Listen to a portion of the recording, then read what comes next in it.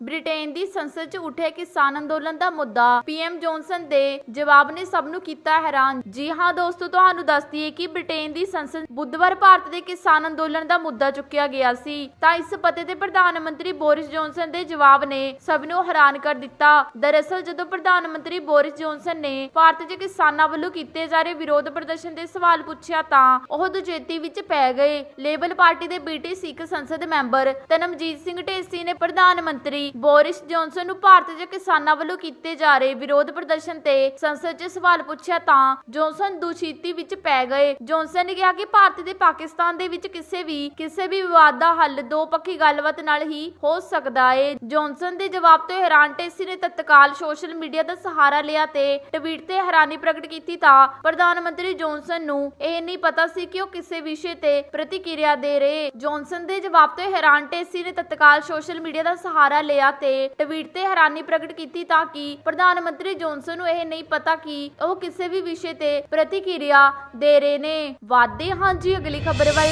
ਕਿਸਾਨਾਂ ਨੇ ਸਰਕਾਰ ਦਾ ਪ੍ਰਸਤਾਵ ਠੁਕਰਾਇਆ, 12 ਨਵੰਬਰ ਲਈ ਕਰ ਦਿੱਤਾ ਵੱਡਾ ਐਲਾਨ। ਜੀ ਹਾਂ ਦੋਸਤੋ, ਤੁਹਾਨੂੰ ਦੱਸ ਦਈਏ ਕਿ 3 ਨਵੇਂ ਖੇਤੀ ਕਾਨੂੰਨਾਂ ਨੂੰ ਰੱਦ ਕਰਨ ਦੀ ਮੰਗ ਕਰ ਰਹੀਆਂ ਕਿਸਾਨ ਜਥੇਬੰਦੀਆਂ ਨੇ ਸਰਕਾਰ ਦੇ ਪ੍ਰਸਤਾਵ ਨੂੰ ਖਾਰਿਜ ਕਰ ਦਿੱਤਾ ਹੈ। ਕਿਸਾਨ ਜਥੇਬੰਦੀਆਂ ਨੇ ਕਿਹਾ ਕਿ ਜਦੋਂ ਤੱਕ ਸਰਕਾਰ 3 ਕਾਨੂੰਨਾਂ ਨੂੰ ਪੂਰੀ ਤਰ੍ਹਾਂ ਵਾਪਸ ਲੈਣ ਦੀ ਮੰਗ ਸਵੀਕਾਰ ਨਹੀਂ ਕਰਦੀ ਤਾਂ ਉਦੋਂ ਤੱਕ ਉਹ ਅੰਦੋਲਨ ਜਾਰੀ ਰੱਖਣਗੇ। ਉੱਥੇ ਹੀ ਰਾਹੁਲ ਗਾਂਧੀ ਤੇ ਸ਼ਰਦ ਪਰਿਵਾਰ ਸਮੇਤ ਹੋਰ 5 ਲੀਡਰਾਂ ਨੇ ਰਾਸ਼ਟਰਪਤੀ ਨਾਲ ਮੁਲਾਕਾਤ ਕਰਕੇ ਖੇਤੀ ਕਾਨੂੰਨ ਨੂੰ ਵਾਪਸ ਲੈ ਜਾਣ ਦੀ ਮੰਗ ਕੀਤੀ। ਕੱਕਾ ਨੇ ਕਿਹਾ ਕਿ ਇਹਨਾਂ ਕਾਨੂੰਨਾਂ ਦੇ ਵਿਰੋਧ 'ਚ ਕਿਸਾਨ 14 ਦਸੰਬਰ ਨੂੰ ਸੂਬਿਆਂ ਦੇ ਜ਼ਿਲ੍ਹਾ ਦਫ਼ਤਰਾਂ ਦਾ ਘਿਰਾਓ ਕਰਨਗੇ ਤੇ 12 ਦਸੰਬਰ ਨੂੰ ਦਿੱਲੀ ਜੈਪੁਰ ਰਾਜਮਾਰਗ ਬੰਦ ਕੀਤਾ ਜਾਵੇਗਾ। ਕਿਸਾਨ ਲੀਡਰ ਦਰਸ਼ਨਪਾਲ ਨੇ ਪੱਤਰਕਾਰ ਸੰਮੇਲਨ 'ਚ ਕਿਹਾ ਕਿ 12 ਦਸੰਬਰ ਨੂੰ ਆਗਰਾ ਦਿੱਲੀ ਐਕਸਪ੍ਰੈਸ ਵੇਦ ਨੂੰ ਬੰਦ ਕੀਤਾ ਜਾਵੇਗਾ ਤੇ ਇਸੇ ਦਿਨ ਦੇਸ਼ ਦੇ ਕਿਸੇ ਵੀ ਟੋਲ ਪਲਾਜ਼ੇ ਤੇ ਕੋਈ ਟੈਕਸ ਨਹੀਂ ਦਿੱਤਾ ਜਾਵੇਗਾ। ਵਾਧੇ ਹਾਂ ਜੀ ਅਗਲੀ ਖਬਰ ਵੱਲ। ਕਿਸਾਨਾਂ ਦੇ ਵਿਰੋਧ ਤੋਂ ਬਾਅਦ ਅਡਵਾਨੀ ਗਰੁੱਪ ਦੀ ਆਈ ਸਫਾਈ, ਕਹੀਏ ਵੱਡੀ ਗੱਲ। ਜੀ ਹਾਂ ਦੋਸਤੋ, ਤੁਹਾਨੂੰ ਦੱਸ ਦਈਏ ਕਿ ਕੇਂਦਰ ਵੱਲੋਂ ਬਣਾਏ ਗਏ ਖੇਤੀ ਕਾਨੂੰਨਾਂ ਨੂੰ ਕਾਰਪੋਰੇਟ ਘਰਾਣਿਆਂ ਨੂੰ ਫਾਇਦਾ ਪਹੁੰਚਾਉਣ ਦਾ ਵਾਰ-ਵਾਰ ਕਿਸਾਨਾਂ ਵੱਲੋਂ ਮੋਦੀ ਸਰਕਾਰ ਖਿਲਾਫ ਇਲਜ਼ਾਮ ਲਗਾਏ ਜਾ ਰਹੇ ਨੇ ਅਤੇ ਇਹਨਾਂ 'ਚ ਸਭ ਤੋਂ ਵੱਧ ਨਿਸ਼ਾਨੇ ਤੇ ਅਵਾਨੀ ਅਤੇ ਅਡਵਾਨੀ ਗਰੁੱਪ ਤੇ ਲਗਾਤਾਰ ਵੱਧ ਰਹੇ ਨੇ। ਪ੍ਰਦਰਸ਼ਨ ਤੋਂ ਬਾਅਦ ਅਡਵਾਨੀ ਗਰੁੱਪ ਵੱਲੋਂ ਅਨਾਜ ਦੀ ਖਰੀਦ ਨੂੰ ਲੈ ਕੇ ਅਡਾਨੀ ਗਰੁੱਪ ਨੇ ਖੇਤੀ ਕਾਨੂੰਨਾਂ ਤੇ ਕਿਸਾਨਾਂ ਵੱਲੋਂ ਉਹਨਾਂ ਦੀ ਕੰਪਨੀ ਤੇ ਚੁੱਕੇ ਜਾ ਰਹੇ ਸਵਾਲਾਂ ਤੇ ਸਫਾਈ ਦਿੱਤੀ ਹੈ। ਕੰਪਨੀ ਵੱਲੋਂ ਕਿਹਾ ਗਿਆ ਕਿ ਉਹ ਸਿੱਧੇ ਤੌਰ ਤੇ ਕਿਸਾਨਾਂ ਤੋਂ ਅਨਾਜ ਨਹੀਂ ਖਰੀਦ ਸਕਦੇ ਤੇ ਨਾ ਹੀ ਇਸ ਦੀ ਕੀਮਤ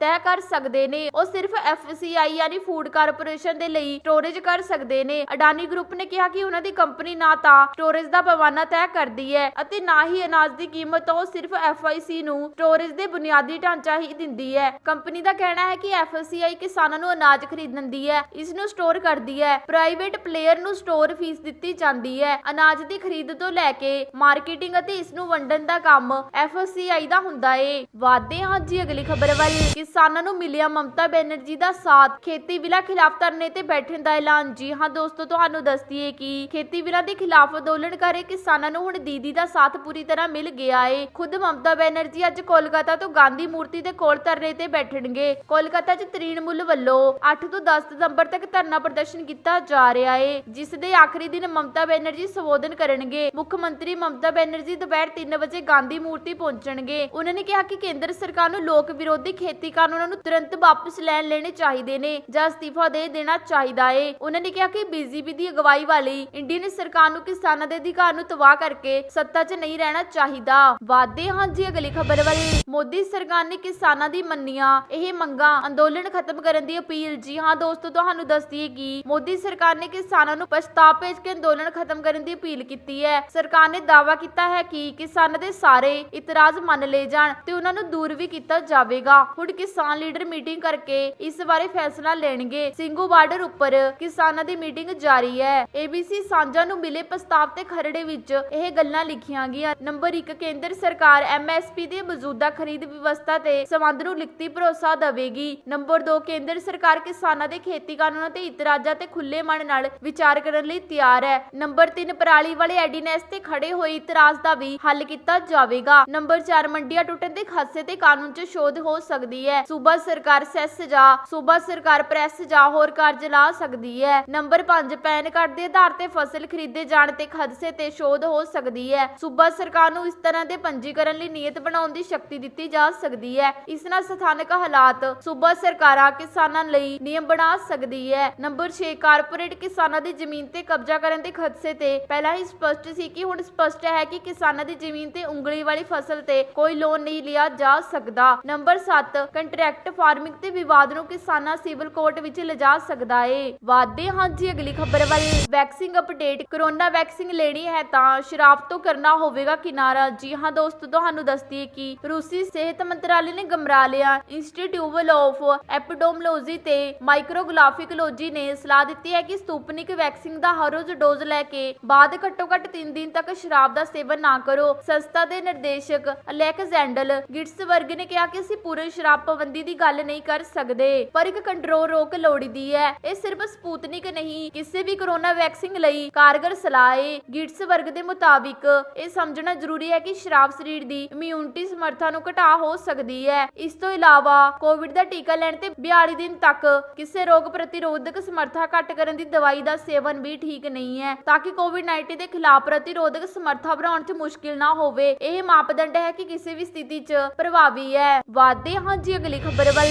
ਅੰਦੋਲਨ ਦੌਰਾਨ 2 ਹਫ਼ਤਿਆਂ 'ਚ 15 ਕਿਸਾਨਾਂ ਦੀ ਮੌਤ, ਪਰ ਕੇਂਦਰ ਨਹੀਂ ਹੋਵੇਗੀ ਟਸ ਤੋਂ ਮਸ। ਜੀ ਹਾਂ ਦੋਸਤੋ, ਤੁਹਾਨੂੰ ਦੱਸਦੀਏ ਕਿ ਖੇਤੀ ਕਾਨੂੰਨਾਂ ਖਿਲਾਫ ਕਿਸਾਨ ਪਿਛਲੇ ਕਈ ਦਿਨਾਂ ਤੋਂ ਦਿੱਲੀ ਬਾਰਡਰ ਤੇ ਡਟੇ ਹੋਏ ਸਨ। ਇਸ ਦੌਰਾਨ ਕਈ ਵਾਰ ਕਿਸਾਨ ਜਥੇਬੰਦੀਆਂ ਤੇ ਕੇਂਦਰ ਵਿਚਾਲੇ ਗੱਲਬਾਤ ਹੋਈ ਹੈ, ਪਰ ਬੇਨਤੀ ਜਾਰੀ ਰਹੀ ਹੈ। ਆਖਿਰ ਸਰਕਾਰ ਵੱਲੋਂ ਖੇਤੀ ਕਾਨੂੰਨ ਰੱਦ ਕਰਨ ਤੋਂ ਇਨਕਾਰ ਕਰ ਦਿੱਤਾ ਗਿਆ ਏ। ਉਧਰ ਕਿਸਾਨ ਵੀ ਕਿਸੇ ਗੱਲ ਤੇ ਡਟੇ ਹੋਏ ਹਨ। ਉਹ ਪਿੱਛੇ ਤਦ ਮੁੜਨਗੇ ਜਦੋਂ ਖੇਤੀ ਕਾਨੂੰਨ ਰੱਦ ਹੋਣਗੇ। ਤਰਸਾਦਗੀ ਇਹ ਹੈ ਕਿ ਪ੍ਰਦਰਸ਼ਨ ਦੌਰਾਨ ਪਿਛਲੇ 2 ਹਫ਼ਤਿਆਂ ਦੌਰਾਨ ਰੋਜ਼ਾਨਾ ਔਸਤਨ ਇੱਕ ਮਿਤਿਕ ਦੇਹਰ ਦਿੱਲੀ ਦੇ ਸਿੰਘੂ ਬਾਰਡਰ ਤੋਂ ਪੰਜਾਬ ਆ ਰਹੀ ਸੀ। ਹੁਣ ਤੱਕ ਕੁੱਲ 15 ਕਿਸਾਨ ਖੇਤੀ ਕਾਨੂੰਨਾਂ ਖਿਲਾਫ ਪ੍ਰਦਰਸ਼ਨ ਦੌਰਾਨ ਆਪਣੀ ਜਾਨ ਗਵਾ ਚੁੱਕੇ ਨੇ। ਇਨ੍ਹਾਂ 'ਚ 4 ਕਿਸਾਨਾਂ ਦੀ ਮੌਤ ਹਾਦਸਿਆਂ ਕਾਰਨ ਹੋਈ ਹੈ। 10 ਦੀ ਦਿਲ ਦਾ ਦੌਰਾ ਪੈਣ ਕਾਰਨ ਤੇ ਇੱਕ ਨੂੰ ਠੰਡ ਦੀ ਲਪੇਟ ਨੇ ਲੈ ਲਿਆ। ਹਾਦਸਿਆਂ ਕਾਰਨ ਮੌਤਾਂ ਦਾ ਸਿਲਸਿਲਾ ਦਿੱਲੀ ਚਲੋ ਦੀ ਤਿਆਰੀ ਦੌਰਾਨ ਸ਼ੁਰੂ ਹੋਇਆ ਸੀ। ਵਾਧੇ ਹਾਂ ਜੀ ਅਗਲੀ ਖਬਰ ਵੱਲ।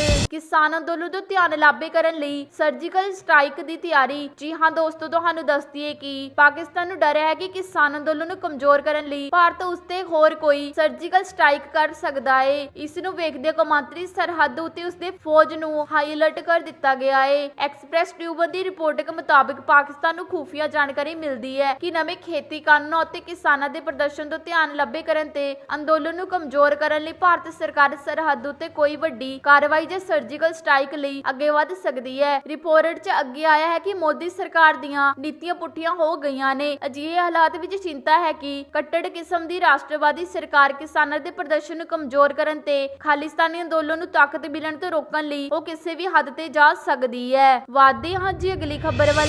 ਦੇਸ਼ ਵਿੱਚ ਖੁੱਲਣਗੇ 1 ਕਰੋੜ ਡਾਟਾ ਸੈਂਟਰ। ਕੈਬਨਿਟ ਤੋਂ ਮਿਲੀ PM ਵਾਈਫਾਈ ਯੋਜਨਾ ਨੂੰ ਮਨਜ਼ੂਰੀ। ਜੀ ਹਾਂ ਦੋਸਤੋ, ਤੁਹਾਨੂੰ ਦੱਸਦੀਏ ਕਿ PM ਮੋਦੀ ਦੀ ਪ੍ਰਧਾਨਗੀ ਹੇਠ ਅੱਜ ਦਿੱਲੀ ਦੇ ਕੇਂਦਰੀ ਕੈਬਨਿਟ ਦੀ ਬੈਠਕ ਹੋਈ ਹੈ, ਜਿਸ ਵਿੱਚ ਦੇਸ਼ ਵਿੱਚ ਫਾਸਟ ਇੰਟਰਨੈਟ ਕਨੈਕਟੀਵਿਟੀ ਪਹੁੰਚਾਉਣ ਦੀਆਂ ਕਈ ਯੋਜਨਾਵਾਂ ਨੂੰ ਮਨਜ਼ੂਰੀ ਦਿੱਤੀ ਗਈ ਹੈ। ਕੇਂਦਰੀ ਕੈਬਨਿਟ ਦੀ ਬੈਠਕ 'ਚ ਦੇਸ਼ ਵਿੱਚ 1 ਕਰੋੜ ਡਾਟਾ ਸੈਂਟਰ ਖੋਲ੍ਹਣ ਦੀ ਯੋਜਨਾ ਨੂੰ ਮਨਜ਼ੂਰੀ ਦਿੱਤੀ ਗਈ ਹੈ। ਇਸ ਯੋਜਨਾ ਨੂੰ ਪ੍ਰਧਾਨਗੀ ਵਾਈਫਾਈ ਐਕਸੈਸ ਇੰਟਰਫੇਸ ਨਾਂ ਦਿੱਤਾ ਗਿਆ ਹੈ। ਸਰਕਾਰ ਦਾ ਦਾਅਵਾ ਹੈ ਕਿ ਇਸ ਨਾਲ ਦੇਸ਼ ਵਿੱਚ ਫਾਸਟ ਇੰਟਰਨੈਟ ਕਨੈਕਟੀਵਿਟੀ ਦੀ ਦਿਸ਼ਾ ਵਿੱਚ ਕ੍ਰਾਂਤੀ ਆ ਜਾਵੇਗੀ। ਕੇਂਦਰ ਸਰਕਾਰ ਨੇ ਐਲਾਨ ਕੀਤਾ ਹੈ ਕਿ ਉਸ ਵੱਲੋਂ ਪਬਲਿਕ ਡਾਟਾ ਆਫਿਸ PDO ਖੋਲ੍ਹਿਆ ਜਾਵੇਗਾ, ਜਿਸ ਲਈ ਕਿਸੇ ਲਾਇਸੈਂਸ ਦੀ ਜ਼ਰੂਰਤ ਨਹੀਂ ਹੋਵੇਗੀ। ਸਰਕਾਰ ਤੋਂ ਸਿਰਫ 7 ਦਿਨਾਂ 'ਚ ਡਾਟਾ ਸੈਂਟਰ ਖੋਲ੍ਹਣ ਦੀ ਇਜਾਜ਼ਤ ਮਿਲੇਗੀ। ਦੱਸ ਦਈਏ ਕਿ ਭਾਰਤ ਸਰਕਾਰ ਵੱਧ ਤੋਂ ਵੱਧ ਲੋਕਾਂ ਤੱਕ ਇੰਟਰਨੈਟ ਪਹੁੰਚਾਉਣ ਦੀ ਦਿਸ਼ਾ ਵਿੱਚ ਕੰਮ ਕਰ ਰਹੀ ਹੈ। ਇਸ ਦੇ ਲਈ ਸਬਰੀਨ ਆਪਟੀਕਲ ਫਾਈਬਰ ਕੇਬਲ ਕਨੈਕਟੀਵਿਟੀ ਦੀ ਯੋਜਨਾ ਤੇ ਕੰਮ ਕੀਤਾ ਜਾ ਸਕਦਾ ਹੈ। ਇਸ ਯੋਜਨਾ ਤਹਿਤ ਕੇਂਦਰ ਸਰਕਾਰ ਨੇ ਕੋਚੀ ਤੋਂ ਲਕਸ਼ਦੀਪ ਦੇ ਵਿਚਕਾਰ ਆਪਟੀਕਲ ਫਾਈਬਰ ਵਿਛਾਉਣ ਦੀ ਮਨਜ਼ੂਰੀ ਦੇ ਦਿੱਤੀ ਗਈ ਹੈ। ਇਸ ਯੋਜਨਾ ਦੇ ਕਰੀਬ 1072 ਕਰੋੜ ਰੁਪਏ